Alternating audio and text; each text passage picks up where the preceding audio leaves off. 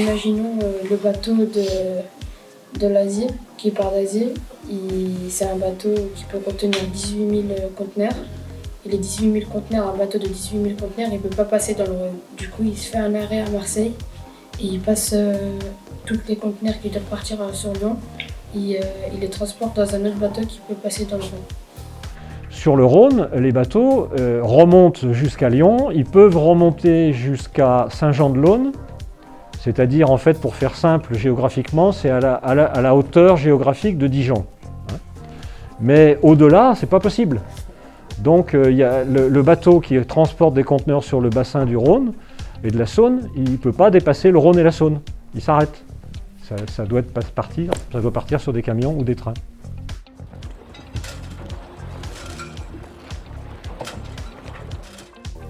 Ouais, c'était assez drôle quand notamment on a fait pas mal le tour à pied du port de Lyon quand on cherchait les entreprises et de voir la quantité de camions passer et ils s'étonnaient toujours de dire mais c'est pas possible. Enfin, pourquoi il y a autant de camions qui circulent et c'est vrai que nous on s'en rend pas compte dans le quartier parce qu'ils tournent tout de suite pour aller prendre l'autoroute. Parce qu'ils ont vraiment découvert qu'il y avait vraiment, c'est une petite fourmilière quoi, donc c'était drôle de les voir étonnés de ça.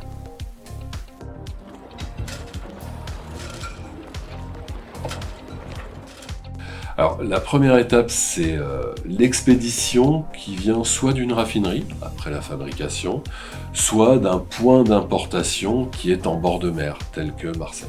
Ensuite, c'est expédié par pipe, la grande majeure partie du temps, c'est-à-dire qu'il y a un pipe qui connecte Lyon à Marseille et qui permet au dépôt lyonnais de réceptionner en grande quantité, en massif, et 24 heures sur 24, des hydrocarbures. On a de gros réservoirs qui nous permettent de réceptionner jusqu'à 180 000 m3. Voilà. Et l'expédition, ensuite, une fois qu'on a rentré ça dans notre grosse capacité, on renvoie uniquement vers les camions-citernes, qui eux vont alimenter les stations-service.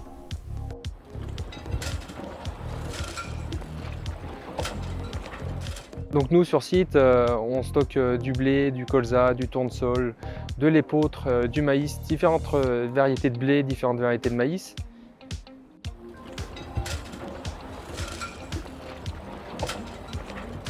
Nous, notre grain, il arrive des différents silos de collecte, donc des plus petits silos qui sont tout autour de notre campagne.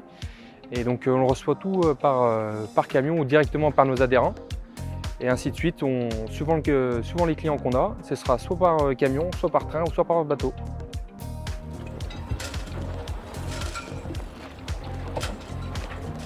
Alors on est sur le port de Lyon, on n'est pas encore sur le port de Rotterdam ou de Shanghai, mais ça permet aux élèves de voir tous les flux, voilà, vraiment de les matérialiser à travers des conteneurs, de se dire que dans ces conteneurs, on a toutes sortes de marchandises qui vont être ensuite redistribuées sur Lyon et ça permet de voir finalement cette mondialisation des flux de marchandises. Ça leur donne à voir cela parce que voilà, les conteneurs peuvent arriver de Chine, d'Inde, vraiment de partout dans le monde et de se dire que voilà, tous ces conteneurs et toutes ces marchandises sont réunis à côté de chez eux pour ensuite être redistribués sur la région lyonnaise. Voilà, moi je trouvais que c'était vraiment très intéressant de voir ça de ce point de vue-là. Alors on a vu ça notamment à travers ces flux, mais on le voit aussi à travers les bateaux qui passent, on peut le voir aussi à travers les pipelines, de voir les grandes cuves qui finalement ces produits qui arrivent principalement du Moyen-Orient,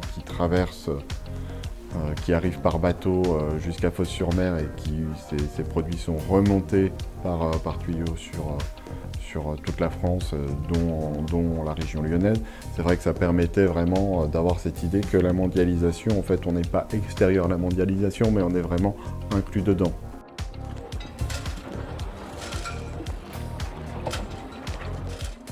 Ce qu'on fait chez Vinci, c'est faire de la maintenance pour que des entreprises puissent produire du courant, il y a des sédiments qui viennent se poser dans les petites rivières et puis qui viennent boucher les ponts, les édifices quoi, qui empêcheraient en cas d'inondation, en cas de pluie importante, d'inonder des bâtiments, des maisons et tout ce qui s'ensuit. On est sur le grand gabarit, quoi, donc oui, il y a des gros bateaux qui passent chez nous, quoi, donc Et donc nous, on a un peu la spécificité ici au service fluvial lyonnais, c'est que nous, c'est en ville, quoi. Là, on a beaucoup de choses qui sont dans Lyon, quoi. Donc c'est pas tout à fait la même chose à gérer que ceux qui sont en pleine campagne, si on peut dire, au milieu de la verdure, quoi. Nous, on a plus d'incivilité aussi, hein, des charges sauvages, évidemment, quoi. Donc c'est un peu plus compliqué. Et puis les accès sont compliqués avec la circulation, etc. Quand on y va par la route, c'est pas très simple à Lyon, mais bon, chacun a ses avantages et ses inconvénients.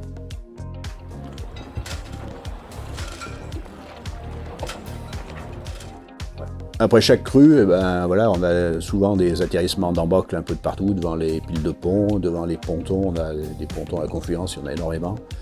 Donc là, bah, c'est aller enlever tous ces embocles, c'est des gros chantiers, là. Donc, on va essayer de trouver des solutions un peu en posant des dromes, qui sont des barrages flottants pour éviter les endroits où il y a vraiment beaucoup d'accumulation. Ça, ce sont des gros moments. Et puis aussi, il y a le nettoyage, une fois que ça redescend, des quais dont on a l'entretien dans Lyon, côté Saône notamment.